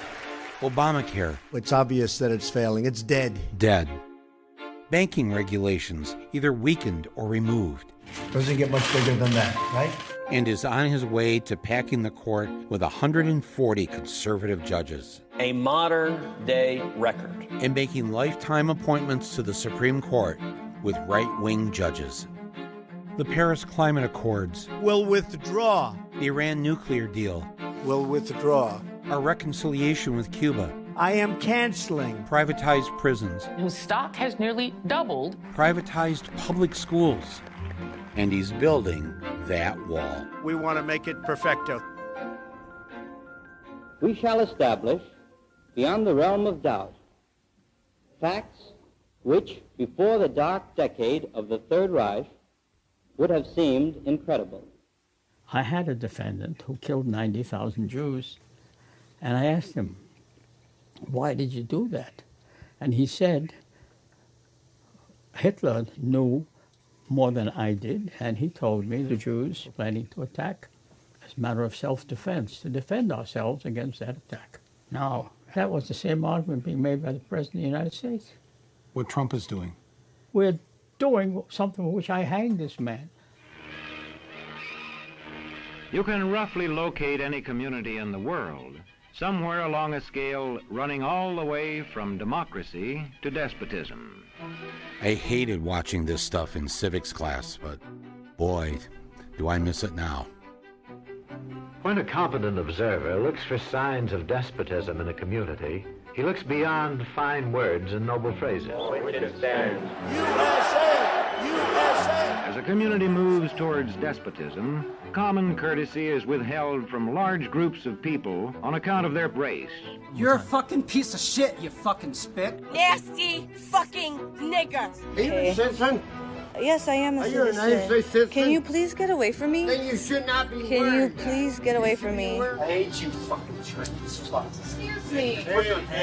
One more time, motherfucker. You should get in that fucking Jewish oven and dial in your head. Fuck you and you nigger fucking people. Okay? Get the fuck out of my country. Or because they don't like a man's religion. Is there a Muslim problem in the world? Absolutely. Christianity is under tremendous siege. It's death by a million cuts. We are getting less and less and less powerful in terms of a religion and in terms of a force. If a community's middle-income groups grow smaller, the likelihood of despotism is increased. I make $7.30 an hour. I only get 17 hours a week. It's shit. Everything around here is. Mr. President! Mr. President! Mr. President! And when citizens have to accept what they're told. The media. You mean fake news? Well, that despotism stands a good chance. Sleazy people. Crooked media. The media has been unbelievably dishonest. The most dishonest groups of people I've ever met. But I'd never kill them. I hate them. I would never kill them. I would never do that. Let's see. No, I wouldn't. Wait, let's see. I want to find a friendly reporter. Questions are not encouraged. Don't ask me questions like that.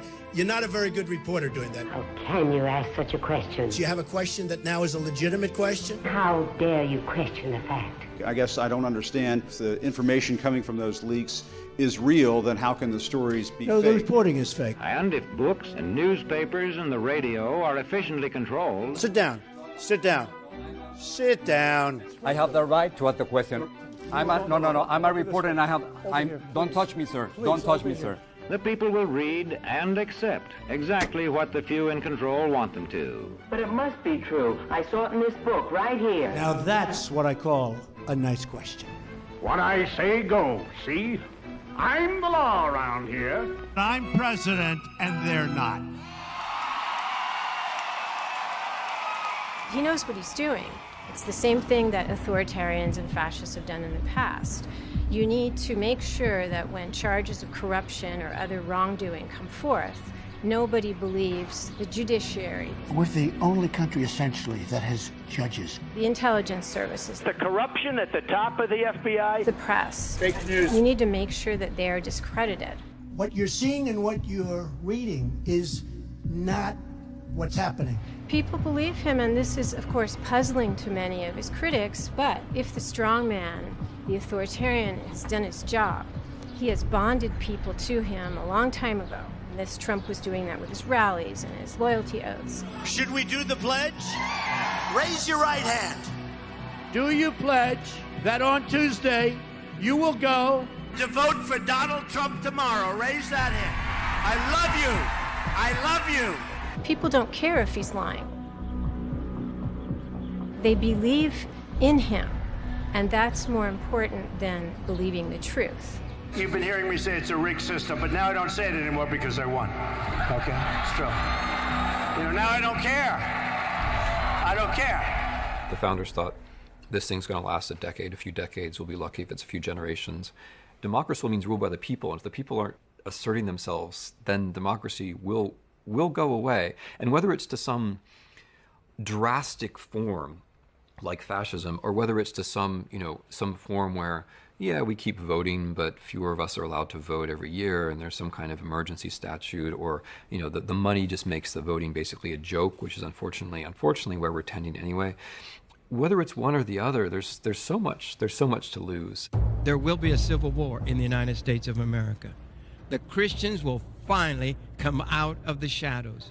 The sign says, hey, liberals, better get your guns if you try to impeach President Trump. Just try it. You will have a spasm of violence in this country, an insurrection like you've never seen.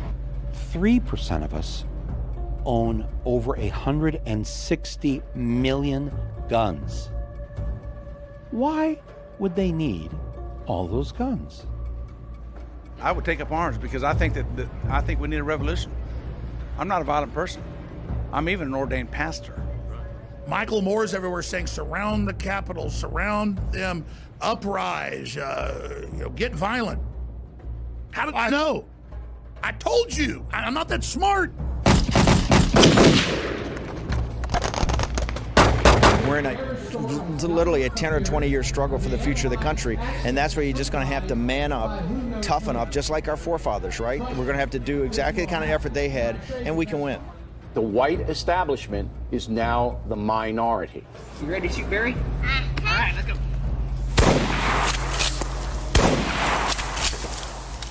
He's bleeding now, isn't he?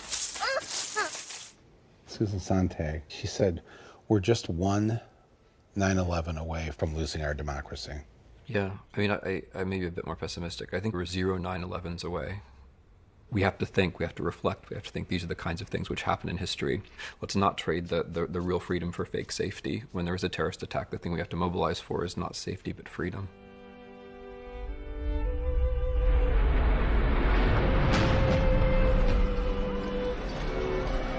There is one report, as of yet unconfirmed, that a plane has hit the World Trade Center, and you can see that there is smoke there coming out of at least two sides of the building. The search is underway for those who are behind these evil acts. The USA Patriot Act, adopted by Congress and signed by Bush 6 weeks after the attacks, allows for searches of medical and financial records, computer and telephone conversations, and even for the books you take out of the library. Most of the people we spoke to say they're willing to give up some liberties to fight terrorism. Either you are with us, or you are with the terrorists. Donald J. Trump is calling for a total and complete shutdown of Muslims entering the United States. Last week, ICE agents fanned out in raids like this one in every state. Ripping children away from their families under this new policy. ¿De dónde son ustedes? ¿Y tú? Guatemala. No llores. Vas a llegar con... Mira, ella te va a explicar y te va a ayudar. Papá. Taking babies away from their mother and locking up one or the other and separating them because they didn't do harm to anybody. They just didn't comply with the stupid regulations. That's a crime against humanity, in my judgment. The Statue of Liberty stands there, you know, send me you're tired, your huddled masses yearning to breathe free. I lift my lamp beside the golden door. Where? We don't see it in this country, and it pains me. And that's the world in which we live. And we've got to change it or perish.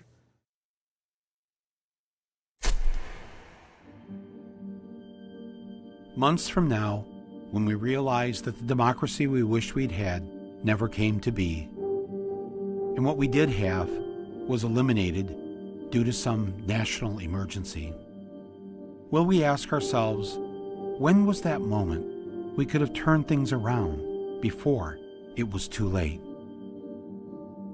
Was it when the teacher in your family had to get a second job? Was it when you first saw the friendly cop on your beat wearing this and driving around in that? Was it when, after months of being addicted to the pills you've been given to make the pain go away, that you realized it really wasn't the pain that needed to go away? Was it when you first heard that the president you dearly loved took more money from Goldman Sachs than any other contributor, and you wanted to tell someone, but instead, you just quietly threw up in your mouth? Was it when you convinced yourself that this misfortune would never come to your town? Was it when you realized that we do indeed love our guns more than we love our kids? And that if this is the America we're trying to save, maybe we need to ask ourselves, why? Why save this America? The America I want to save is the America we've never had. It didn't need to end up like this. And it still doesn't.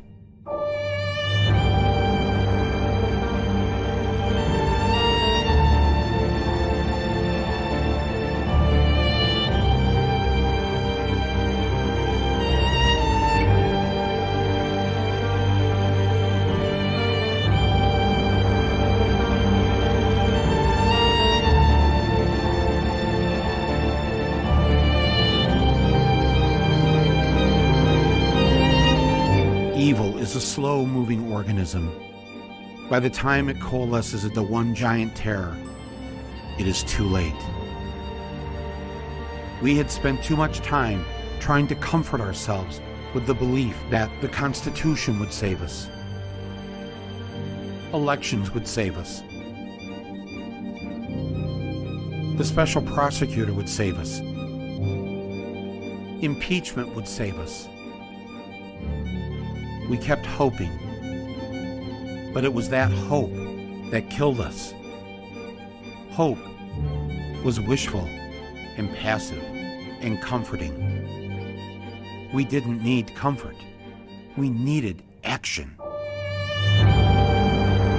And sometimes I guess it takes a Donald Trump to make us wake up and realize that what we need to do is to acknowledge that we have to get rid of the whole rotten system that gave us Trump.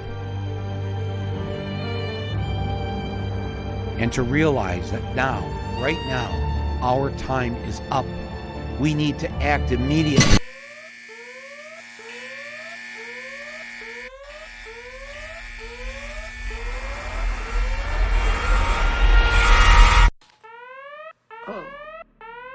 Oh gosh, what happened? Ballistic missile threat inbound to Hawaii. Seek immediate shelter. This is not a drill. Oh my god! What do we do? It says this is not a drill. This is not a drill. Those are the exact words. Ballistic missile threat inbound to Hawaii. Seek immediate shelter. This is not a drill. What about tourists? We have no idea where to go.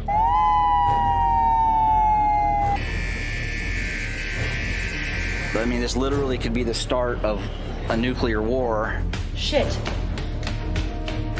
The U.S. Pacific Command has detected a missile threat to Hawaii. What do we do? A missile may impact on land or sea within minutes. This is not a drill. Holy shit. This is a missile threat. It was just an accident, a mistake. But make no mistake about it, this is the world in which we now live.